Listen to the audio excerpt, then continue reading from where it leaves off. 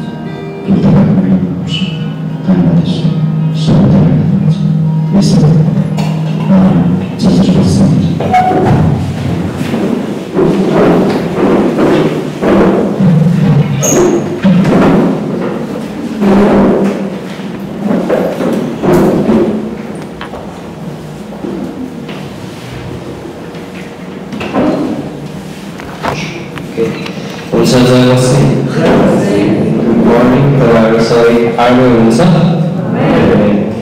हुन्छ हामी परमेश्वरको भवनमा एकसाथ भेला भएका छौँ मण्डलीमा यहाँहरू सबैलाई स्वागत छ के हामी खुसी छौँ सबैजना अत्यन्तै आनन्दित अनुहारहरू मैले देखिरहेको छु र यो दिन परमप्रभुले गराउनु भएको यसमा हामी रमाउनेछौँ र आनन्दित हुनेछौँ होइन र परमेश्वरले अर्को दिन अनि अर्को सास हाम्रो लागि थपिदिनु भएको छ हामी अत्यन्तै आनन्दित छौँ आफ्नो छिमेकीलाई तपाईँले वेलकम गर्न सक्नुहुन्छ यदि कोही हेर्नुहोस् टाढामा भएकोलाई पनि हाई गर्नुहोस् वेलकम गर्नुहोस् वेट गर्नुहोस्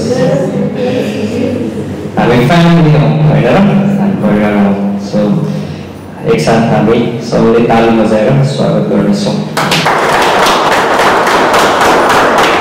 सो के अनाउन्समेन्टहरू छ हामीसँग हामी देख्दैछौँ हाम्रो पास्टर बुवाको अनुपस्थितिलाई हामी महसुस गर्दैछौँ हाम्रो पास्टर राजन चाहिँ खरानीटार नुवाकोट चर्चमा हुनुहुन्छ त्यो मण्डलीलाई भेट गर्ने उत्साह दिन जानुभएको छ त्यसपछि के अरू अनाउन्समेन्टहरू जस्तो अब चाँडै नै मेको 6, 7 अनि 8 तारिक चाहिँ मुम्बईमा कन्फरेन्स हुँदैछ र त्यसो पास्टर स्याला आउँदै हुनुहुन्छ हामीलाई भेट्न अनि जति धेरै ठुलो ग्रुप हामी चाहिँ जाँदैछौँ अनि त्यहाँ अत्यन्तै उत्साहित समयहरू हुन गइरहेको छ अनि अरू सूचनाहरू यो अब कमिङ विक हाम्रो सोमबारदेखि शनिबारसम्म जुन बाइबल कलेज हुँदै गर्दथ्यो त्यो चाहिँ यो हप्ता हुने छैन किनकि हाम्रो पास्टरहरू लिडरहरू मिसनरीहरू सबै कन्फरेन्समा व्यस्त हुनुभएको कारण तर अरू मण्डलीमा हुने सक्रिय कार्यक्रमहरू चाहिँ निरन्तर हुनेछ र त्यसमा तपाईँहरू सक्रिय रूपले सहभागी हुन सक्नुहुनेछ अनि त्यसपछि जुनको घरेलु सङ्गतिहरू जस्तो जुनको इभेन्टहरू सायद हुने छैन अवश्य पनि किनकि हामी सबैजना त्यहाँ चाहिँ व्यस्त हुनेछौँ तर रेडियो नेपालबाट प्रेमको सन्देश कि यो आउनेछ 9:20 9:40 9:40 होइन मङ्गलबार तपाईँहरूले त्यसमा सहभागी हुन सक्नुहुनेछ त्यसपछि मध्य हप्ताको सङ्गति पनि निरन्तर हुनेछ होइन बुधबार 11 बजीदेखि 12 बजीसम्म त्यसपछि हुने देवी बहिनी सङ्गति पनि हुनेछ अनि जुन मिटिङ जुन हुने गर्दथ्यो ओके पास्टर शिवनीसँग 6 बजीदेखि 7 बजीसम्म त्यो चाहिँ हुने छैन ओके र जतिजना सहभागी हुने गर्नुहुन्थ्यो त्यसमा ओके तपाईँले ध्यान दिन सक्नुहुन्छ त्यसपछि बिमारबाट जुन आफ्नो सङ्गति हुने गर्थ्यो त्यो पनि हुनेवाला छैन अनि गोटु मिटिङ हुने गर्थ्यो त्यो पनि हुने छैन तर शुक्रबार सुसमाचार हुनेछ त्यसमा तपाईँहरू सहभागी हुन सक्नुहुन्छ शुक्रबार इन्डियन मिटिङ 7 बजीदेखि 8 बजीसम्म हुने गर्दथ्यो त्यो पनि हुने छैन तर शनिबार सदाको जस्तै यसै गरी पहिलो सेसन अनि दोस्रो सेसन सङ्गति हुनेछ जसमा तपाईँहरू अत्यन्तै सक्रिय रूपले सहभागी हुन सक्नुहुन्छ अनि आज चाहिँ शनिबार दोस्रो सङ्गतिपछि होइन लगभग 12:05 12 बजेर 40 जवान सङ्गति अनि बाइबल कलेजको कक्षाहरू राखेको छ जतिजना चाहनुहुन्छ कि म एउटा भएन कक्षा लिन चाहन्छु होइन आज तपाईँहरू बस्न सक्नुहुन्छ अथवा दोस्रो सेसनमा पनि तपाईँ बस्न सक्नुहुन्छ होइन अझ बढी परमेश्वरबाट सुन्न तपाईँहरू हामी सक्छौँ अनि त्यसबाट धेरै लाभहरू हामी उठाउन सक्छौँ र अरू सबै कुराहरू निरन्तर भइरहेको छन् त्यसमा तपाईँहरूले प्रार्थना गर्न सक्नुहुन्छ ओके र कुनै एउटा वचनबाट वचन खण्डबाट हामी हेर्नेछौँ कि तपाईँहरूले मसँगै भजन सङ्ग्रह 84 तपाईँले पढ्न सक्नुहुन्छ 84 को 11 को बी पार्टलाई हामी हेर्नेछौँ यसरी लेखेको छ सिधा चाल चल्नेहरूलाई उहाँले कुनै पनि असल कुरा नदिई राख्नुहुन्न आमेन सिधा चाल चल्नेहरूलाई उहाँले कुनै पनि असल कुरा नदिई राख्नुहुन्न के यो पदलाई हामी विश्वास गर्छौँ के परमेश्वर भरोसा गर्न योग्य हुन्छ र के यसमा हामी सहमत हुन्छौँ कि परमेश्वरले सिधा चाल चल्नेलाई कुनै पनि कुरा नदिकन राख्नुहुन्न परमेश्वरले जे बोल्नुहुन्छ त्यो पुरा गर्नुहुन्छ होइन इतिहासभरि उहाँले भविष्यवाणीहरू दिनुहुन्छ उहाँले प्रतिज्ञा गर्नुहुन्छ उहाँले वचन बोल्नुहुन्छ अनि त्यो पुरा भएको हामी पाउँछौँ र हामी यो पदलाई पनि भरोसा गर्न सक्छौँ कि परमेश्वरले कुनै पनि असल कुरा नदिइराख्नुहुन्न भन्नु मतलब उहाँले कुनै असल कुरा विश्वासीदेखि हामीदेखि रोकेर राख्नुहुन्न अनि हामीलाई कतिपल्ट लाग्छ कि परमेश्वरले रोकेर राख्नु भएको छ कि केही असल कुरा जो मैले पाइराखेको छैन अनि कतिपल्ट हामी भन्न सक्छौँ तर यहाँ भनेअनुसार सिधा चाल चल्नेहरूलाई उहाँले कुनै पनि असल कुरा नदिइराख्न सक्नुहुन्न, नदिई रोकेर राख्नुहुन्न। मैले भन्न सक्छु कि अहिले त तिनीहरूको निम्ति जो सिधा चाल चलिरहेका छन्, त्यो तिनीहरूको निम्ति जो सिधा चालका छन्। र मेरो विषयमा के कतिपल्ट मेरो चाल सिधा छैन, तर मेरो विषयमा भन्दा पनि हामी परमेश्वरको चरित्रतालाई देख्दछौँ। परमेश्वरको चरित्र अनि परमेश्वरको स्वभाव, कुनै पनि असल कुरालाई उहाँले रोकिराख्नुहुन्न। अनि यशया 30:18 हामी पढ्छौँ भने उहाँ अनुग्रही हुन पर्खिनुहुन्छ, यो उहाँको चरित्रमा छ।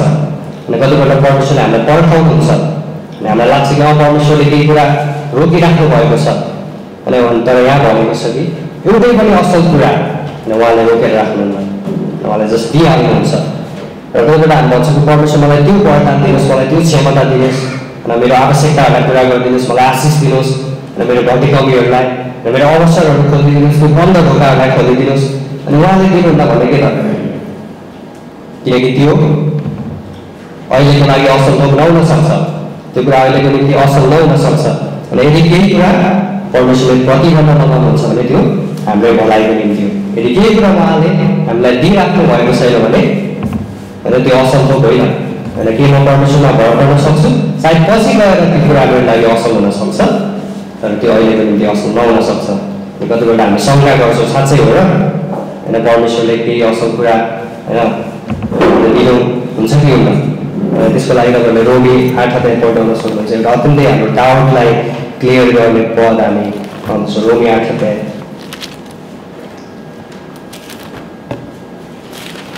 रोमी 8:32 लाग्ने हो।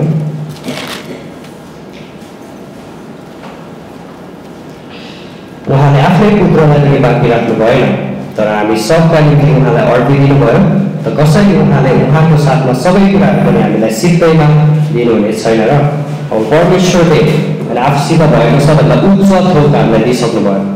परमेश्वरले हामीलाई जे दिन सक्नुहुन्थ्यो सबभन्दा बहुमूल्य, सबभन्दा अनमोल, सबभन्दा पवित्र अनि अनन्त उहाँको पुत्रलाई उहाँले दिइसक्नु भयो। यो चाहिँ परमेश्वरको हृदय हो र परमेश्वर जहिले पनि दिन चाहनुहुन्छ। अनि कतिपल्ट मलाई परमेश्वरको भलाइ गर्न शङ्का हुन्छ भने क्रुसमा हेर्न सक्छु, अनि म यसो ख्रिस्टलाई हेर्न सक्छु, जे कुरा उहाँले मेरो निम्ति गर्नुभएको छ, उहाँले मलाई खुसी साथ दिनुभएको कुरालाई। र परमेश्वर मलाई खुसी साथ दिनुहुने परमेश्वर हुनुहुन्छ। दोस्रो कोरिन्थी 9 होइन दुखित हुँदै होइन, होइन दिन नचाहे होइन, तर कुनै फिर्ता पाउने आशा बिना नै परमेश्वरले हामीलाई दिनुहुन्छ। र यसो क्रिस्टले भन्नुहुन्छ तिमीहरूलाई पनि जसले तिमीलाई बदलामा केही पनि दिन सक्दैन।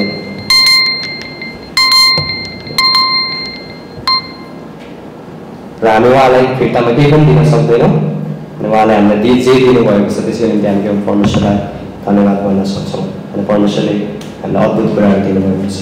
हामी यो समय मुख्य रोशनमा जयन्ती भाषा गणेशलाई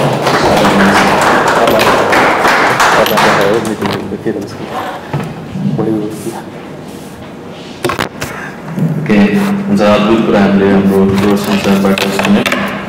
उहाँलाई हामी धन्यवाद दिन सक्छौँ। सबैजना शान्त हुनुहुन्छ। एकछिन हामी उठाउँ न, सबैजना उठाउँ, एक्सर्साइज गरौँ।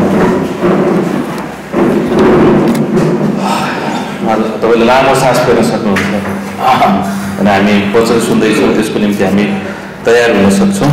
र आज हामी मण्डली के हो भन्ने विषयमा हामी हेर्नेछौँ। मण्डली के हो, मण्डली किन छ आदि आदि विषयमा आज हामी हेर्नेछौँ। हामीलाई थाहा भएकै विषय हो यो के हो मण्डली भन्ने कुरा। हामी सधैँ मण्डली आउँछौँ होइन, धेरै कुराहरू हामीलाई थाहा छ, तर सँगै फेरि यो कुराहरू हामीले थाहा पाउन अत्यन्तै जरुरी छ। कतिपय विश्वासीलाई यो थाहा नहुन सक्छ अनि कतिपयलाई यो थाहा हुन सक्छ। अनि यसका लागि होइन बाइबल कलेजमा हामी धेरै व्यापक रूपमा अध्ययन गर्छौँ होइन, मण्डली के हो भन्ने विषयमा, मण्डली किन छ भन्ने विषयमा। त्यसलाई हप्तौँ महिनौसम्म हामी घन्टौँसम्म हामी अध्ययन गर्छौँ र हामी थाहा पाउँछौँ कि मण्डली के हो भन्ने विषयमा। अनि यो जान्न जरुरी छ, कारण यसको केही उद्देश्य छ। अनि आजको वचनमा चाहिँ सामान्य कुराहरू हामी हेर्नेछौँ, जुन आधारभूत कुराहरू, जुन सुनिरहेकै कुराहरू, जुन हामीले जान्नुपर्दछ अनि त्यो नजानिकन हुँदैन। अनि त्यो कुराहरूलाई हामी आजको वचनमा हामी हेर्नेछौँ। अनि यदि तपाईँले आजको वचन ध्यान दिएर सुन्नुभयो भने मण्डलीको विषयमा धेरै आधारभूत कुराहरू तपाईँले थाहा पाउनुहुनेछ। एकदम सरल, अत्यन्तै आधारभूत कुराहरू तपाईँले आजको वचनबाट सिक्नुहुनेछ। हुन्छ, हामी सिक्नेछौँ। त्यसको निम्ति हामी मत्ती 16:18 पदलाई हामी पल्टाउँछौँ। मलाई त्यो अगाडि पनि देखिनेछ, देखिन्छ त्यो देखेर मत्ती 16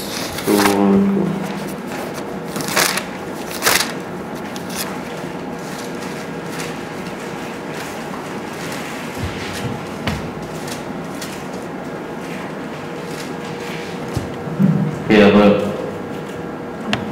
एकछिन यस्तो खोज्दैछ। ठिक छ, हामी एकछिन उभिरहन सक्छौँ होइन। अब हाँस्न सक्नुहुन्छ अथवा आनन्दित बनाउन सक्नुहुन्छ। हामी पर्खिन पनि सिक्न जरुरी छ के।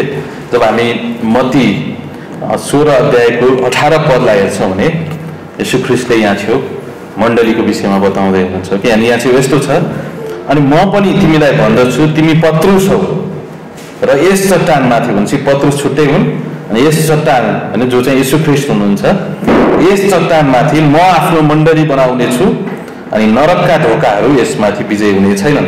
अनि यस चट्टानमाथि अनि विशेष गरेर हामीले भन्न खोजेको चाहिँ म आफ्नो मण्डली बनाउने छु। अनि येशू ख्रीष्टले भन्दै हुनुहुन्छ म आफ्नो मण्डली बनाउने छु भनेपछि कसले मण्डली बनाउँदै हुनुहुन्छ, कसले मण्डली निर्माण गर्दै हुनुहुन्छ भन्नुहोस् त? मैले होइन र, हामीले होइन र, हो र होइन नि त होइन। यहाँ चाहिँ येशू ख्रीष्टले भन्दै हुनुहुन्छ म मेरो मण्डली बनाउने छु। येशू ख्रीष्टले यो मण्डली बनाउँदै हुनुहुन्छ भनेपछि अनि येशू ख्रीष्टले आफ्नो मण्डली बनाउँदै हुनुहुन्छ अनि हामी त्यसमा सहभागी छौँ अनि हामी त्यसका महत्त्वपूर्ण भागहरू हिस्साहरू। तर याद गरौँ जहिले पनि होइन येशू ख्रीष्टले बनाउनुहुन्छ। कारण किन? मण्डलीको निम्ति को क्रुसमा टाँगियो, विश्वासीको निम्ति तपाईँ हाम्रो निम्ति को क्रुसमा टाँगिनु भयो? येशू ख्रीष्ट टाँगिनु भयो। अनि येशू ख्रीष्ट नै क्रुसमा टाँगिनु भयो। येशू ख्रीष्टले नै आफ्नो अमूल्य रगत बगाउनु भयो। येशू ख्रीष्टले नै आफ्नो अमूल्य रगतले तपाईँ र हामीलाई किन्नु भयो। येशू ख्रीष्ट नै गाडिनु भयो, येशू ख्रीष्ट नै बौरी उठ्नु भयो, येशू ख्रीष्ट नै उचालिनु भयो अनि येशू ख्रीष्टले नै मण्डली बनाउँदै हुनुहुन्छ। भनेपछि हामीले बनाइरहेका होइनौँ, हामी बनाउन सक्दैनौँ अनि हामीसँग यो क्षमता छैन, हामीसँग यो सामर्थ्य छैन। यदि मैले बनाउन थाल्यो भने म जति बनाउँदै जान्छु त्यति बिग्रिँदै जान्छ। तर जब येशू ख्रीष्टले बनाउनुहुन्छ भने यो बन्दै जान्छ के। त्यही भएर पहिलो कुरा ख्रीष्टले मण्डली निर्माण गर्नुहुन्छ। के गर्नुहुन्छ? ख्रीष्टले मण्डली निर्माण गर्नुहुन्छ। भन्नुहोस् त, ख्रीष्टले मण्डली निर्माण गर्नुहुन्छ। फेरि भनौँ, ख्रीष्टले मण्डली निर्माण गर्नुहुन्छ, येशूले मण्डली निर्माण गर्नुहुन्छ। त्यसपछि दोस्रो, येशूले मलाई निर्माण गर्नुहुन्छ। भन्नुहोस् त अब, येशूले मलाई निर्माण गर्नुहुन्छ। येशूले आफ्नो छिमेकीलाई हेर्नुहोस्, तपाईँलाई थाहा छ येशूले मलाई निर्माण गर्नुहुन्छ भनेर भन्न सक्नुहुन्छ। ओ तपाईँलाई थाहा छ होइन, येशूले मलाई निर्माण गर्नुहुन्छ। अनि तेस्रो कुरा, येशूले हामीलाई निर्माण गर्नुहुन्छ। भन्नुहोस् त, येशूले हामीलाई निर्माण गर्नुहुन्छ। कसलाई निर्माण गर्नुहुन्छ? हामीलाई निर्माण गर्नुहुन्छ। हेर्नुहोस् त, ख्रीष्टले मण्डलीलाई निर्माण गर्नुहुन्छ, ख्रीष्टले मलाई निर्माण गर्नुहुन्छ, ख्रीष्टले हामीलाई निर्माण गर्नुहुन्छ। अनि त्यसपछि अब हामी पनि एकअर्कालाई निर्माण गर्छौँ। अब हामी के गर्छौँ? एकअर्कालाई निर्माण गर्छौँ। अब भन्नुहोस् त, हामी एकअर्कालाई निर्माण गर्छौँ, हामी एकअर्कालाई निर्माण गर्छौँ। अनि यो चाहिँ ख्रीष्टको कार्य हुन्छ। तपाईँहरू बस्न सक्नुहुन्छ। धन्यवाद होइन, यो अत्यन्तै राम्रो रूपले यसमा सहभागी हुनुभएको निम्ति। अब यहाँ छेउ येशू ख्रीष्टले भन्दै हुनुहुन्छ म आफ्नो अथवा म मेरो मण्डली बनाउने छु, मेरो मण्डली बनाउने छु। अनि येशू ख्रीष्टले अत्यन्तै सुन्दर कुरा यहाँ छेउ भन्दै हुनुहुन्छ। जब हामी मण्डलीलाई ग्रीक शब्दमा हेर्छौँ भने एक्लेसिया भन्ने शब्द प्रयोग गरिएको छ। के शब्द प्रयोग गरिएको छ? एक्लेसिया। भन्नुहोस् त, एक्लेसिया होइन। हामी बाइबल कलेजमा ग्रीक भाषामा पनि अनुवाद भनौँ न अध्ययन गर्छौँ। कारण किन? बाइबल चाहिँ ग्रीक भाषामा लेखिएको थियो, नयाँ करार विशेष गरेर होइन। पुरानो करार हामीलाई थाहा छ हिब्रू र अरामिक भाषा होइन। सानो खण्डमा त अरामिक भाषामा लेखिएको थियो भने विशाल खण्ड चाहिँ पुरानो करारको धेरै होइन अधिकांश खण्ड चाहिँ लगभग 90%, 79% भन्दा पनि बढी हिब्रू भाषामा लेखिएको थियो भने जब हामी मत्तीदेखि प्रकाशसम्मको पुस्तकलाई हेर्छौँ भने यो चाहिँ ग्रीक भाषामा लेखिएको थियो। त्यही भएर सबै कुराहरू ग्रीकबाट इङ्ग्लिसमा अनुवाद गरियो अनि इङ्ग्लिसबाट नेपालीमा अनुवाद गरियो। अनि यो चाहिँ भनौँ न हामीलाई ठ्याक्कै बाइबलले के भन्दछ भनेर बुझ्नको निम्ति चाहिँ हामीसँग धेरै परमेश्वरका जनहरूले ग्रीक भाषालाई पनि अध्ययन गरेर उनीहरूले यो कुरालाई निकालेका छन्। अनि जब हामी ग्रीकमा मण्डली भन्ने शब्दलाई हेर्छौँ भने चाहिँ यसले एक्लेसिया अनि एक्लेसिया भन्ने यसले जनाउँदछ। यहाँ चाहिँ हेर्नुहोस् त, अनि मण्डलीको लागि ग्रीक शब्द एक्लेसिया भन्ने शब्द छ। अनि यो दुईवटा शब्द मिलेर बनेको छ। भनेपछि यो एउटै शब्द हो तर दुईवटा शब्द मिलेर बनेको छ। अनि पहिलो शब्द चाहिँ एक भनेको छैन, इके एक भनेको छ। यो यसको अर्थ चाहिँ केही कुराबाट बाहिर निकाल्नु, अनि केही कुराबाट बाहिर निकाल्नु। अनि त्यसपछि दोस्रो चाहिँ इक्लेसिस भन्ने शब्द छ। यो चाहिँ बोलावटको निम्ति, अनि परमेश्वरले हामीलाई बोलाउनुहुन्छ, बोलावटको निम्ति प्रयोग गरेको शब्द। यसलाई चाहिँ राखिरहँ ल अन्तिमसम्म। अब त्यहाँ चाहिँ एक र क्लेसिसबाट चाहिँ मिलेर एक्लेसिया भन्ने शब्द बनेको छ, जसलाई हामी चर्च अथवा जसलाई हामी मण्डली भनेर नेपालीमा अनुवाद गरेको हामी पाउन सक्छौँ। त्यही भएर मण्डली भवन होइन, अनि मण्डली भवन चाहिँ मण्डली होइन, यो भवन चाहिँ मण्डली होइन, यो चाहिँ मण्डलीलाई दिनुभएको भवन हो। अनि जब यसो ख्रिस्टले हामीलाई स्वर्गमा लानुहुन्छ, र्याप्चरको समयमा उहाँ लिन आउनुहुन्छ, उहाँले यो भवनलाई लिएर जानुहुन्न, उहाँले तपाईँ र मलाई मात्र लिएर जानुहुन्छ। कसलाई लिएर जानुहुन्छ? तपाईँ र मलाई मात्र। होइन, हामी जतिसुकै भवन बनाए पनि, जतिसुकै ठुला भवन बनाए तापनि यो दिन भूकम्पले नष्ट हुन्छ। अनि जब यसो ख्रिस्ट आफ्नो मण्डलीलाई लिनको निम्ति अनि र्याप्चरमा उठाउनको निम्ति आउनुहुन्छ भने ओहो तिमीहरूले बनाएको राम्रो भवन पनि म लिएर जाउँ न भनेर उहाँले भन्नुहुन्न, उहाँले तपाईँ र हामीलाई लिएर जानुहुन्छ। अनि यो भवन कसले प्रयोग गर्छ हामीलाई थाहा छैन, सायद अविश्वासीहरू आएर पनि प्रयोग गर्छन् कि क्या हो, होइन सायद। होइन, अब कोही पनि छैन। यसको साहुहरू 300-400 जना साहुहरू थिए, सबैजना बिलायत छैनन्, कता गए। अनि त्यसपछि अरू मानिसहरू आएर यसमाथि हो अब हामी बनाउँ न, हामी बसौँ न यहाँ छौँ भनेर सायद उनीहरूले पो भजन कीर्तन गर्लान् कि होइन, थाहा छैन के हो। तर भनौँ न हामी हौँ मण्डली, तपाईँ र म हौँ मण्डली। त्यही भएर उहाँले आफ्नो मण्डलीलाई निर्माण गर्नुहुन्छ, त्यही भएर उहाँले तपाईँलाई मलाई निर्माण गर्नुहुन्छ, त्यही भएर उहाँले हामीलाई निर्माण गर्नुहुन्छ। अनि हामी उहाँद्वारा निर्माण भएर अब हामी एकअर्कालाई पनि निर्माण गर्न सक्छौँ, जुन अत्यन्तै राम्रो शब्द हो, जुन अत्यन्तै राम्रो कुरा हो। अब मण्डली भनेको के हो त भन्ने कुरा हामी यो दुईवटा शब्दबाट नै थाहा पाउन सक्छौँ। अनि यो एक्लेसिया भन्ने शब्दलाई जब हामी अध्ययन गर्छौँ भने हामी थाहा पाउन सक्छौँ कि अब मण्डली के हो भन्ने विषयमा। अनि एक भन्ने शब्द इके भन्ने शब्द छ, जसको अर्थ चाहिँ जसलाई हामी राम्रोसँग होइन यसको अर्थ निकाल्छौँ भने केही कुराबाट निकालेर केही कुरामा राख्नु। जस्तो उदाहरणको लागि अनि यो बोतल यहाँ छ, यो बोतल यो कुर्सीमा छ। अब यसले मलाई अब यो बोतललाई म एक गर्दैछु होइन, इके एक गर्दैछु भने मैले यसलाई कुर्सीबाट निकालेँ र त्यसपछि पुलपिटमा ल्याएर राखेँ। अब यसलाई के गरेँ मैले एक गरेँ अनि इके गरेँ अनि ग्रिकमा हुन्छ भन्नु मतलब केही ठाउँबाट यसलाई मैले निकालेर अर्को ठाउँमा लगेर राखेँ। यसलाई चाहिँ एक भन्ने शब्द त्योबाट बाहिर निकालेर अनि अर्को ठाउँमा लगेर मैले राखेँ। त्यसको मतलब के हो? विश्वास गरेकै क्षण होइन, जब तपाईँ र मैले यीशु ख्रिस्टलाई ग्रहण गरेर एकचोटि याद छ अनि जुन समयमा हामीले मुक्ति पाएका थियौँ, मैले थाहा पाएँ यीशु ख्रिस्टले मलाई मुक्ति दिन सक्नुहुन्छ अनि मैले आँखा चिम्लेको भयो म तपाईँलाई ग्रहण गर्छु। अनि कतिजनाले हामीले अगाडि आएर ग्रहण गऱ्यौँ होला, कतिले हामीले व्यक्तिगत रूपले ग्रहण गऱ्यौँ होला। त्यही समयमा हामीले मुक्ति पायौँ। अनि मुक्ति पाएकै समयमा जुन समयमा हामीले यीशु ख्रिस्टलाई विश्वास गऱ्यौँ त्यही समयमा यीशु ख्रिस्टले हामीलाई एउटा ठाउँबाट निकालेर अर्को ठाउँमा राख्नुहुन्छ। एउटा ठाउँबाट निकालेर परमेश्वरले अर्को ठाउँमा हामीलाई राख्नुहुन्छ। अनि त्यो चाहिँ अत्यन्तै सुन्दर कुरा भन्छ। एउटा ठाउँबाट बाहिर निकाले मात्र भने के हुन्छ? मैले कुर्सीबाट यो उचाले मात्र भने के हुन्छ? के पनि भएर नि त होइन, म त्यसलाई उचाल्छु र अर्को ठाउँमा लगेर राख्छु। अनि त्यसरी नै जब हामी अर्को पद हेरौँ त पहिलो पत्रुस 2:9 हामी हेर्छौँ भने तर तिमीहरू एउटा चुनिएको वंश, एउटा राजकीय पुजारीको समाज, एउटा पवित्र जाति र निजी प्रजा हो। यसैले जसले तिमीहरूलाई अन्धकारबाट आफ्नो अचम्मको ज्योतिभित्र बोलाउनु भयो उहाँका सद्गुणहरू तिमीहरूले प्रकट गर। भनेपछि यहाँ चाहिँ हेर्नुहोस् त, जसले तिमीहरूलाई अन्धकारबाट आफ्नो अचम्मको ज्योतिभित्र बोलाउनु भयो भन्नु मतलब उहाँले एक समयमा हामी अन्धकारको राज्यमा थियौँ, एक समय हामी शैतानको राज्यमा थियौँ, एक समय हामी दुष्टताको राज्यमा थियौँ। तर जुनले हामीले यीशु ख्रिस्टमाथि विश्वास गर्यौँ उहाँले हामीलाई एक गर्नुभयो भन्नु मतलब के हो? अन्धकारको राज्यबाट निकालेर उहाँले हामीलाई ज्योतिको राज्यमा सार्नुभयो।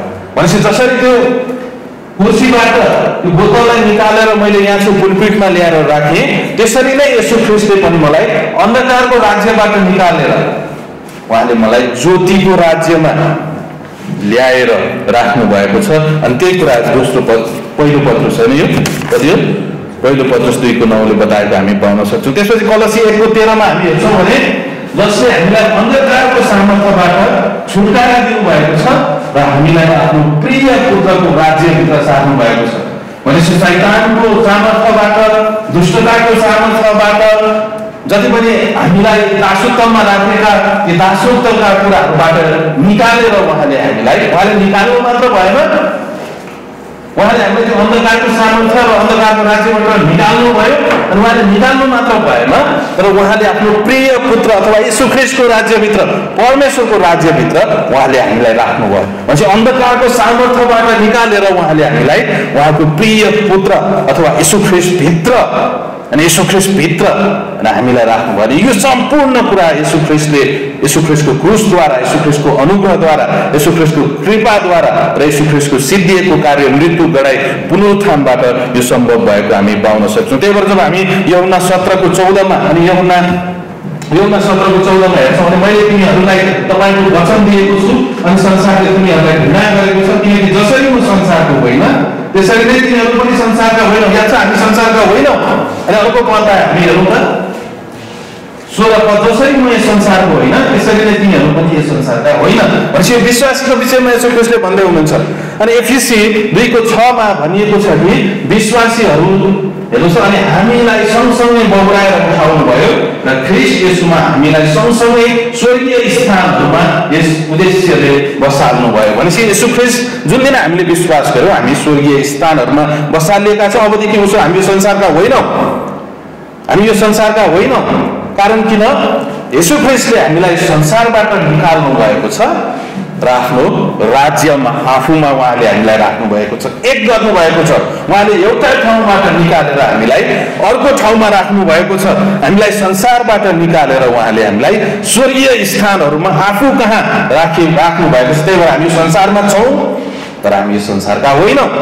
अनि जसरी हामी भिसा लिएर अर्को देशमा जान्छौँ अनि हामी त्यो देशको नागरिक त होइनौँ, हामी त नेपालको नागरिक हौँ भने जस्तै यो संसारमा पनि हाम्रो भिसा हेर्ने हो भने, हाम्रो नागरिकता हेर्ने हो भने नाम जेसुकै भए तापनि ठेगाना चाहिँ स्वर्ग अनि ठेगाना चाहिँ अनन्त जीवन भनेछ। तर केही समय फेरि हामी पृथ्वीमा छौँ होइन, डुल्दैछौँ। यहाँ चाहिँ हामी यीशु ख्रीष्टको विषयमा बताउँदैछौँ। उहाँले हामीलाई यो संसारबाट निकालेर आफ्नो प्रिय पुत्रको राज्यमा राख्नु भएको छ। त्यही भएर यीशु ख्रीष्टले विश्वासीहरूलाई भन्नुहुन्छ तिमीहरू संसारमा छौ तर संसारका होइनौ, मैले यिनीहरूलाई संसारबाट निकालेर स्वर्गीय स्थानहरूमा राखेको छु। त्यही भएर यीशु ख्रीष्टले हामीलाई दासत्वबाट निकालेर उहाँले आफू कहाँ राख्नु भएको छ। हामीलाई नरक जानबाट उहाँले बचाउनु भएको छ। यदि यीशु ख्रीष्ट नआउनु भएको भए हामी नरक जाने थियौँ, नरकतिर लम्किँदै थियौँ, दौडिँदै थियौँ। तर उहाँले त्यो नरक जाने बाटोबाट हामीलाई निकालेर अब स्वर्गमा उहाँले हामीलाई राख्नु भएको छ। अब तिमीले अनन्त जीवन पाएका छौ। हामी नष्ट हुनतिर लागिरहेका थियौँ, हामी नष्ट हुने बाटोतिर गइरहेका थियौँ। हामीले परमेश्वरलाई कहिले पनि सोचेका थियौँ, तर उहाँले हामीलाई एक गर्नुभयो, के गर्नुभयो भन्नु मतलब उहाँले हामीलाई नष्टको बाटोबाट निकालेर बाटो सत्य र जीवन म नै हुँ अथवा आफू कहाँ उहाँले राख्नुभयो। हामीलाई बाटो देखाउनु भयो, हामीलाई जीवन देखाउनु भयो, हामीलाई सत्य देखाउनु भयो। उहाँले हामीलाई दलदले पापको दलदलबाट निकाल्नु भयो र आफूसँगै र आफ्नो परिवारमा उहाँले हामीलाई राख्नुभयो। अनि म कुनै समय दासत्वमा थिएँ, पापको दासत्वमा, शैतानको दासत्वमा, दुष्टताको दासत्वमा, नरकको दासत्वमा, नष्ट हुने दलदलको दासत्वमा थिएँ भने अब यीशु ख्रीष्टले मलाई ती सम्पूर्ण कुराबाट निकालेर आफ्नो प्रिय पुत्रको राज्यमा अथवा परमेश्वरकोमा उहाँले हामीलाई राख्नु भएको छ। त्यही भएर त्यो एक्लेसियाकै उसमा जाउँ होइन। त्यही भएर के भन्नुको मतलब कतैबाट उहाँले हामीलाई निकाल्नु भएको छ र कतै उहाँले हामीलाई राख्नु भएको छ। एक ठाउँबाट निकालेर अर्को ठाउँमा राख्नु भएको छ। होइन, नरकबाट, दासत्वबाट, अन्धकारबाट जति पनि परमेश्वरसँग विरोधाभास हुने कुराहरू हामी शत्रु थियौँ, त्यो शत्रुताबाट सम्पूर्ण कुराबाट निकालेर परमेश्वरले आफू कहाँ राख्नु भएको छ। त्यो एउटा शब्द मात्र होइन, एक्लेसिया भन्ने एकको अर्थ थियो। अनि अर्को चाहिँ क्लेसिस भन्ने शब्द छ। अनि यही क्लेसिस भन्ने शब्दबाट चाहिँ क्लेसिया आएको हामी देख्छौँ। अनि यो दुईवटा शब्दलाई मिलाएर एक्लेसिया भनेको हामी पाउन सक्छौँ। अब यो क्लेसिस भन्ने शब्द चाहिँ बोलावट भन्ने शब्द, जब पनि बाइबलमा हामी परमेश्वरले हामीलाई बोलाउनु भएको छ भन्ने शब्द देख्छौँ भने त्यो चाहिँ क्लेसिस भन्ने शब्द गरेको छ, जसको साधारण अर्थ बोलाउनु अथवा एकट्ठा गर्नु परमेश्वरले हामीलाई एकट्ठा गर्नुहुन्छ, एक ठाउँमा ल्याएर उहाँले हामीलाई राख्नुहुन्छ। उहाँले एउटा ठाउँबाट अलग पारेर एउटा ठाउँमा राख्नुहुन्छ अनि उहाँले हामीलाई बोलाउनु भएको छ। अनि यो बोलाउनु पनि उद्देश्यसहित उहाँले हामीलाई बोलाउनु भएको छ, त्यतिकै होइन। अनि यो शब्दले यो जनाउँदछ कि येशू ख्रीष्टले हामीलाई एउटा ठाउँबाट अर्को ठाउँमा सार्नु भएको छ, त्यो पनि उद्देश्यसहित, त्यो पनि बोलावट सहित। त्यतिकै उहाँले हामीलाई राख्नु भएको छैन। जस्तो कि हामी घरमा हुन्छौँ होइन, हाम्रो छोराछोरी खेल्न जान्छन्, अहिले त हाम्रो छोराछोरीहरू घुम्न जान्छन् अथवा परिवारको कोही सदस्य कहीँ गएको छ 10 बजे बिहानको, अनि 10 बजेपछि खाना खाने बेला भयो। अनि त्यसपछि हामी हाम्रो सन्तानलाई ए श्याम होइन अथवा के हुन्छ र हामी ए रोशन होइन ए प्रवेश भनेर हामी बोलाउँछौँ। अनि त्यसपछि किन बोलाउँछौँ? खाना खाना आऊ भनेर, केही उद्देश्यसहित हामी बोलाउँछौँ अनि केही उद्देश्यसहित हामी बोलाउँछौँ। त्यसरी नै परमेश्वरले पनि हामीलाई बोलाउनु भएको छ, ए रोशन मात्र भनेर होइन कि खाना खानको निम्ति उहाँले बोलाउनु भएको छ। भन्नु मतलब उद्देश्यसहित, योजनासहित, उहाँको अनन्त योजना पुरा गर्नको निम्ति अनि त्यसमा सहभागी हुनको निम्ति उहाँले हामीलाई बोलाउनु भएको छ। त्यही भएर हामीसँग अब उद्देश्य छ, परमेश्वरले हामीलाई उहाँको योजनासहित बोलाउनु भएको छ। उहाँले हामीलाई मुक्तिको निम्ति बोलाउनु भएको छ। जब हामीले मुक्तिको विषयमा कहिले सोचेका थिएनौँ, हामी नरक जान्छौँ भनेर कहिले पनि सोचेका थिएनौँ, तर त्यसको बावजुद हामी घमण्डी भएका थियौँ। तर परमेश्वरले आफ्नो पुत्रद्वारा, येशू ख्रीष्टद्वारा हामीलाई मुक्तिमा बोलाउनु भयो। अब हामीले मुक्ति पाएका छौँ। अब त्यति मात्र होइन, हामी येशू ख्रीष्टलाई पछ्याउँछौँ अनि अब हामी येशू ख्रीष्टलाई पूर्ण रूपले पछ्याउँछौँ। अनि येशू ख्रीष्टले हामीलाई मुक्तिको निम्ति बोलाउनु भएको छ। अब सँगै येशू ख्रीष्टले हामीलाई उहाँलाई पछ्याउनको निम्ति बोलाउनु भएको छ। अनि येशू ख्रीष्ट चाहिँ हामी एउटा लाइनमा छौँ, येशू ख्रीष्टले त्यो लाइनको नेतृत्व गर्दै हुनुहुन्छ। अनि येशू ख्रीष्ट जता जता जानुहुन्छ हामी त्यतै जान्छौँ। अनि त्यो बाइबलमा विश्वासीहरूलाई भेडाहरू भनिएको छ। त्यसो मतलब गोठालो जता जता जान्छ, ऊ जता जानुपर्ने ऊ त्यता मात्र जान्छ भने जस्तै हामी पनि येशू ख्रीष्टले हाम्रो नेतृत्व गर्दै हुनुहुन्छ। येशू ख्रीष्ट हाम्रो नेता हुनुहुन्छ अथवा येशू ख्रीष्ट हाम्रो कप्तान हुनुहुन्छ। उहाँले हामीलाई अगुवाई गर्दै हुनुहुन्छ। हो, उहाँले हामीलाई मुक्तिको निम्ति बोलाउनु हो, जुन पहिलो र अत्यन्तै महत्त्वपूर्ण हो, र सँगै फेरि अब उहाँलाई पछ्याउनको निम्ति। अनि हामी जीवनैभरि अनि उहाँलाई पछ्याइरहन्छौँ, उहाँलाई हामी पछ्याइरहन्छौँ। भनेपछि केही कुराबाट निकालेर केही कुरामा राख्दै उद्देश्यसहित उहाँले बोलाउनु भएको कुरालाई हामी एक्लेसिया भन्छौँ, मण्डली भन्छौँ। भनेपछि संसारबाट उहाँले हामीलाई निकाल्नु भएको छ र निकालेर उद्देश्यसहित हामीलाई एक ठाउँमा अथवा एक गर्नुभएको छ, झुण्डको रूपमा उहाँले राख्नु भएको छ। अनि त्यसलाई चाहिँ हामी मण्डली भन्छौँ। त्यही भएर हामीलाई उहाँले यो संसारबाट निकाल्नुभयो। अनि यसरी हामी कहाँ थियौँ, को थियौँ, तर परमेश्वरले एकट्ठा गर्नुभएको छ, एक ठाउँमा राख्नु भएको छ, त्यो पनि उद्देश्यसहित। त्यो पनि त्यत्तिकै होइन, यहाँ चाहिँ उद्देश्य छ। र हामी भेला हुनुको उद्देश्य छ, हामी यहाँ चाहिँ वचन प्रचार गर्नुको उद्देश्य छ, हामीले बोल्ने कुराहरूको निम्ति यहाँ चाहिँ उद्देश्य छ। अनि जसलाई उहाँले आफ्नो बहुमूल्य रगतले किन्नुभयो। अनि त्यही भएर जब हामी बाइबलमा हेर्छौँ भने मण्डलीलाई होइन, मण्डलीलाई येशू ख्रीष्टले दुलही भन्नुहुन्छ। येशू ख्रीष्ट हाम्रो दुलहा हुनुहुन्छ र हामी उहाँका दुलही हौँ। अनि यो संसारको भनौँ न बेहुला र बेहुली जस्तो मात्र होइन, जबकि त्यो सम्बन्धले एउटा चित्र चाहिँ दिँदछ, तर त्योभन्दा पनि गएर यो शारीरिक भन्दा पनि एउटा आत्मिक हामी परमेश्वरसँग अत्यन्तै घनिष्ठ छौँ। जसरी एउटा दुलहा र दुलही अत्यन्तै घनिष्ठ हुन्छन्, अरू सम्बन्धभन्दा श्रीमान श्रीमती अत्यन्तै घनिष्ठ हुन्छन्, त्यसरी नै येशू ख्रीष्टसँग पनि अब मण्डली अत्यन्तै घनिष्ठ छ अनि अत्यन्तै नजिक छ। अनि अत्यन्तै उहाँ हाम्रो दुलहा हुनुहुन्छ, हामी उहाँका दुलही हौँ। येशू ख्रीष्ट हाम्रो शिर हुनुहुन्छ र हामी उहाँका शरीर हौँ। शिरबाट शरीर अलग गरिदियो भने के हुन्छ? कहिले प्रयास गर्नुभएको छ आफ्नो शिरलाई? अनि त्यही भएर येशू ख्रीष्ट हाम्रो शिर हुनुहुन्छ। अनि शिर एउटा ठाउँमा भयो भने, शिर चाहिँ पेप्सी कोलामा भयो भने, अनि शरीर चाहिँ बालाजीमा भयो भने के हुन्छ? मिल्यो त्यो? मिल्यो। त्यही भएर हेर्नुहोस्, हामी येशू ख्रीष्टका शरीर हौँ। अनि येशू ख्रीष्ट हाम्रो शिर हुनुहुन्छ र हामी उहाँका शरीर हौँ र हामी सबैजना त्यो शरीरका अङ्गहरू हौँ। अनि अब जुन दिन हामीले विश्वास गऱ्यौँ, परमेश्वरले हामीलाई अब तिमी चाहिँ मेरो पुत्रको विशेष अङ्ग हौ, मेरो पुत्रको तिमी विशेष शरीर हौ, तिमी दुलही हौ, तिमी अत्यन्तै विशेष व्यक्ति हौ, तिमी मण्डली हौ। अनि परमेश्वरले हामीलाई यसरी ल्याएर राख्नुहुन्छ। अनि विभिन्न ठाउँबाट उहाँले हामीलाई उद्देश्यसहित झुण्डको रूपमा, यो सभाको रूपमा, झुण्डको रूपमा हामीलाई उहाँले राख्नुहुन्छ। अनि यसलाई चाहिँ हामी मण्डली भन्दछौँ। अनि यसलाई चाहिँ हामी मण्डली भन्दैछौँ। भनेपछि अरू जे जति कुराहरू यो भवनभित्र छ ती मण्डली होइन। अनि मण्डली भनेको तपाईँ हामी हौँ र जब र्याप्चर हुन्छ हामी चाहिँ येशू ख्रीष्टसँग उठाइ लान्छौँ। त्यही भएर एउटा मण्डलीसँग अनि एउटा सभासँग एउटा झुण्डसँग होइन खाँटी शिक्षा हुन जरुरी छ, बाइबलीय शिक्षा हुन जरुरी छ।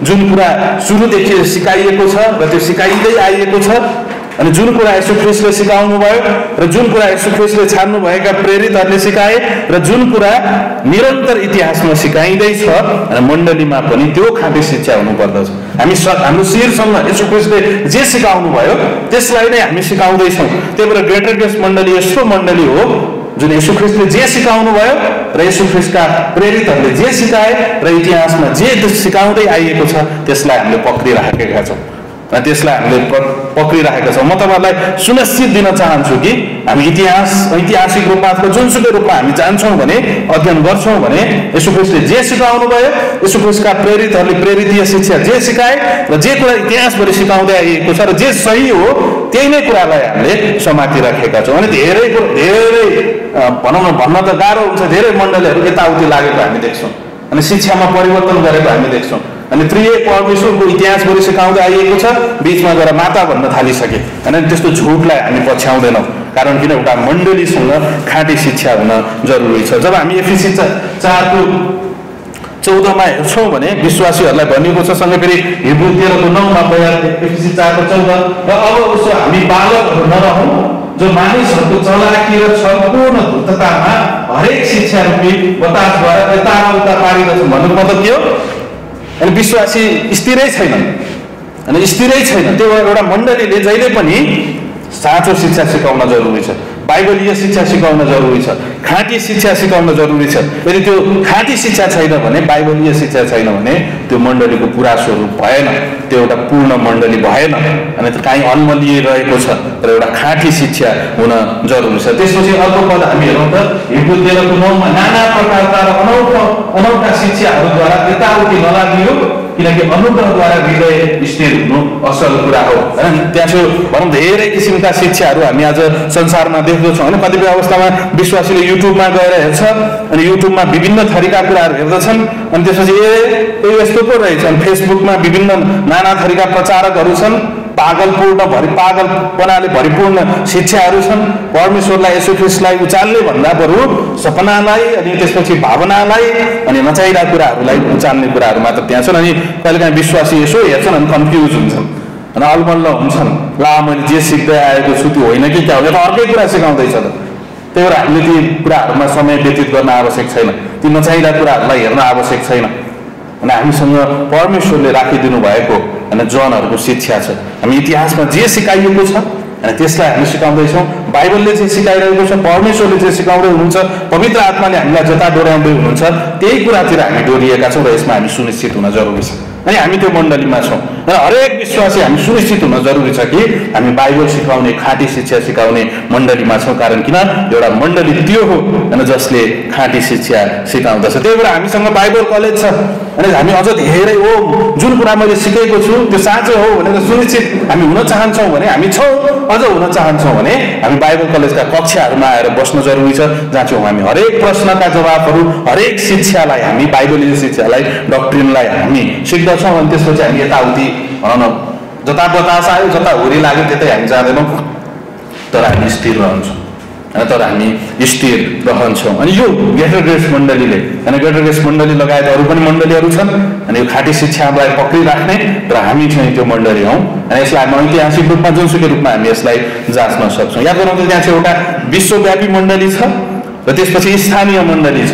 अनि जब पनि हामी बाइबल कलेजमा मण्डलीको विषयमा हेर्छौँ भने विशेष गरेर दुई प्रकारको मण्डलीलाई हामी हेर्छौँ। एउटा चाहिँ विश्वव्यापी मण्डली हो, युनिभर्सल चर्च, र अर्को चाहिँ स्थानीय चर्च अथवा लोकल चर्च अथवा स्थानीय मण्डली। अनि विश्वव्यापी मण्डली भनेको पेन्टिकोस्टको दिनदेखि 2 अध्यायदेखि र्याप्चर नहुन्जेलसम्म हामी चाँडै नै र्याप्चरको निम्ति पर्खिरहेका छौँ। यो आज हुनसक्छ, अहिले हुनसक्छ, यो जहिले पनि हुनसक्छ। अनि पेन्टिकोस्टको दिनदेखि र्याप्चरको समयसम्म जति पनि नयाँ जन्म पाएका, चाहे ती पेन्टिकोस्टल चर्चमा हुन्, चाहे ती ग्रेटर ग्रेस चर्चमा हुन्, चाहे त्यो जुनसुकै चर्चमा किन नहुन्, चाहे जुनसुकै डिनोमिनेसनमा जुनसुकै ठाउँमा किन नहुन्, यदि उनीहरूले येशू ख्रीष्टलाई विश्वास गरेका छन् र उनीहरूले नयाँ जन्म पाएका छन् भने उनीहरू को हुन्? विश्वासी हुन्। अनि ती सम्पूर्ण विश्वासीलाई जो आज इतिहासमा जन्मेका थिए, विश्वास गरे, जो जन्मिनेछन्, विश्वास गर्नेछन्, पेन्टिकोस्टको दिन 2 अध्यायदेखि प्रकाश 4 अध्यायसम्म र्याप्चर नहुन्जेलसम्मको सम्पूर्ण नयाँ जन्म पाएका विश्वासीहरूलाई हामी विश्वव्यापी मण्डली भन्छौँ। तर सँगै फेरि स्थानीय मण्डली, अब यो कुरा चाहिँ जान जरुरी छ। विशेष गरी स्थानीय मण्डली भन्नुको मतलब हो अनि त्यहाँ धेरै मण्डलीहरू छन्, सबै नयाँ जन्म, तर परमेश्वरले हामीलाई एउटा स्थानीय मण्डलीमा ल्याएर राख्नुहुन्छ। उहाँले हामीलाई निकाल्नुहुन्छ र एउटा स्थानीय मण्डली र एउटा पास्टर शिक्षकको मातहतमा उहाँले हामीलाई राख्नुहुन्छ।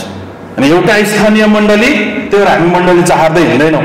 अनि परमेश्वरले हामीलाई थाहा छ यो मण्डलीमा राख्नु भएको छ, यो झुन्डमा राख्नु भएको छ। म स्वयं मण्डली हुँ, म यो स्थानीय मण्डलीमा छु र म यो स्थानीय मण्डलीमा हुर्किन्छु, म स्थानीय मण्डलीलाई हुर्काउँछु अनि म एउटै पास्टर शिक्षकको मातहतमा परमेश्वरका कुराहरू म सिक्दछु। अनि यो चाहिँ अत्यन्तै महत्त्वपूर्ण छ।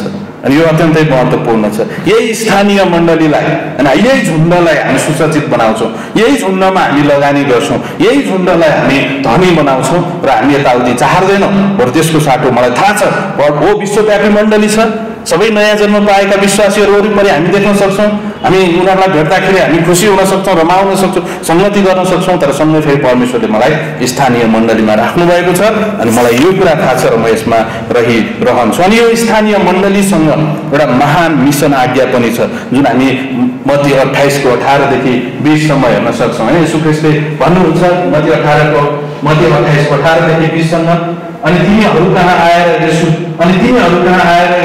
तिनीहरूसँग यसो भन्दै बोल्नुभयो, स्वर्ग र पृथ्वीमा सारा अधिकार मलाई दिएको छ, यसकारण तिमीहरू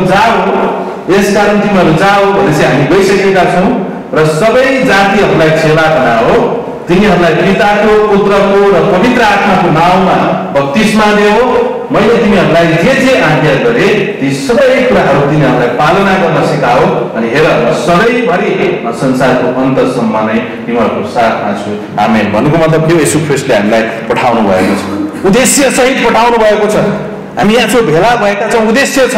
हामी एकअर्कालाई यहाँ छौँ निर्माण गर्दैछौँ, हामी परमेश्वरबाट निर्माण भइरहेका छौँ र हामीसँग यो महान मिसन आज्ञा पुरा गर्ने दर्शन भएको पास्टर र दर्शन भएको झुन्ड छ। त्यही भएर हामी मिसनरीहरूको विषयमा सोध्छौँ, त्यही भएर हामी जवान व्यक्तिहरूलाई तालिम दिने कुरामा, बाइबलमा तालिम दिने कुरामा विश्वास गर्छौँ। अनि त्यति मात्र होइन, गाउँ गाउँमा, ठाउँ ठाउँमा, सहर सहरमा येशू ख्रीष्टले जाऊ भन्नुभएको छ। अब हामी यही मात्र रहिरहँदैनौँ हो, हामी यहाँ रहन्छौँ, यो स्थानीय मण्डलीमा रहन्छौँ, तर सँगै फेरि हामीसँग नेपालभरि र नेपालभन्दा पनि अझ बाहिर विश्वभरि जाने दर्शन हामीसँग छ। अनि येशू ख्रीष्टले त्यो कारणले त्यो उद्देश्य सहित हामीलाई यस ठाउँमा राख्नु भएको छ ताकि यो झुन्ड अनि बिस्तारै ब्रह्मखेलमा जाओस् अनि ब्रह्मखेलका मानिसहरूलाई सुसमाचार सुनाउन थालोस्। बिस्तारै यो मण्डली नुपानीमा जाओस्, काँक्राबारीमा जाओस्, साँगामा जाओस्, बालाजीमा जाओस्, गोदावरीमा जाओस्, काठमाडौँभित्र मात्र होइन कि बाहिर मकवानपुरमा जाओस्, खरानीटारमा जाओस्, अछाममा जाओस्, कैलालीमा जाओस्, इलाममा जाओस्, मोरङमा जाओस्, झापामा जाओस्, इटहरीमा जाओस्, ओखलढुङ्गामा जाओस्। अनि त्यहाँ पनि उहाँले स्थानीय मण्डली यसरी सुरु गर्नुहुन्छ। हामी उद्देश्य सहित यहाँ बोलाइएका छौँ अनि त्यही भएर हामी यो झुन्डमा रहन्छौँ र यसले हामीलाई अत्यन्तै सुन्दर बनाउँछ। अनि यहाँ छ यो सम्पूर्ण कुराहरूलाई एक गर्ने परमेश्वरको प्रेम हामीभित्र छ। अनि जब हामी प्रकाश 2:1-6 हेर्छौँ भने एफएसीको मण्डलीलाई उहाँले भन्नुहुन्छ तिमीहरूसँग सबै कुरा छ तर तिमीहरूले पहिलो प्रेमलाई त्यागेका छौ। परमेश्वरले हामीलाई प्रेम गर्नुहुन्छ।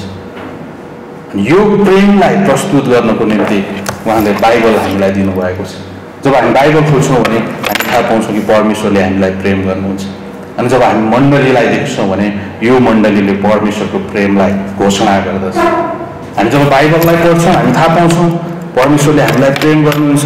परमेश्वरले हामीलाई यस्तो प्रेम गर्नुभयो कि उहाँले हाम्रो निम्ति एकमात्र पुत्र दिनुभयो अनि त्यसपछि उहाँले हामीलाई उद्देश्यसहित केही ठाउँबाट निकालेर केही ठाउँमा राख्नु भएको छ।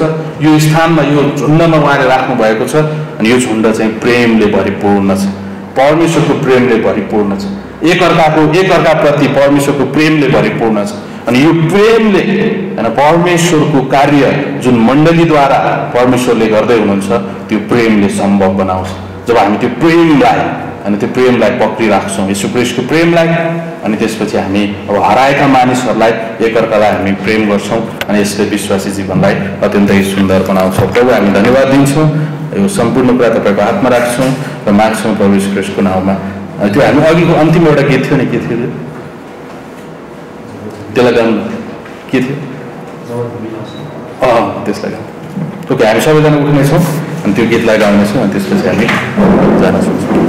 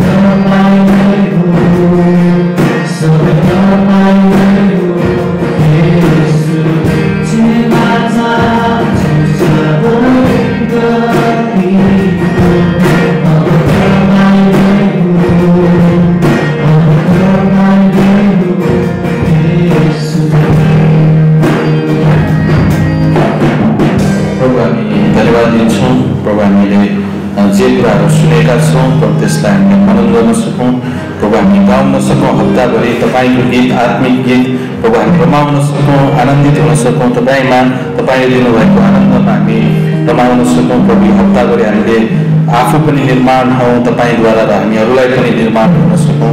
शुभवालाई तपाईँको हातमा राख्छौँ, जसरी खरानीको हातमा हुनुहुन्छ त्यहाँ सेवा भएको सम्पूर्ण कुरालाई तपाईँको हातमा राख्छौँ र फर्किनलाई सुरक्षा साथ तपाईँले ल्याउनुहोस्। र यो हप्ता जतिजना बम्बई कन्फरेन्समा जाँदै हुनुहुन्छ उडेर प्रभु जसरी पनि प्रभु सुरक्षित साथ त्यस ठाउँमा लानुहोस् र त्यस ठाउँमा पास्टर स्यालरले जुन वचनहरू प्रचार गर्नुहुन्छ त्यसद्वारा हामी निर्माण हुन सकेका हौँ। निर्माण भएर फेरि हामी नेपालमा आएर जोसिलो भएर प्रभु तपाईँको कार्य प्रभु मण्डलीको कार्यमा हामी सहभागी हुन सकौँ।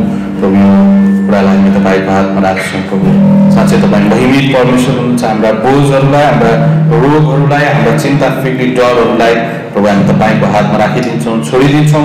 प्रभु हामीलाई निर्माण गर्नुहोस्, प्रभु हामीलाई साहस दिनुहोस्। प्रभु पवित्र आत्माको अगुवाई प्रभु हाम्रो दैनिक जीवनमा भइरहेको होस्। प्रभु हामी भरिएर प्रभु यस ठाउँबाट निस्कन्छौँ र हामी भरिरहन्छौँ र हामी भरिनलाई फेरि आउँदछौँ। प्रभु हाम्रो साथमा तपाईँ हुनुहोस्।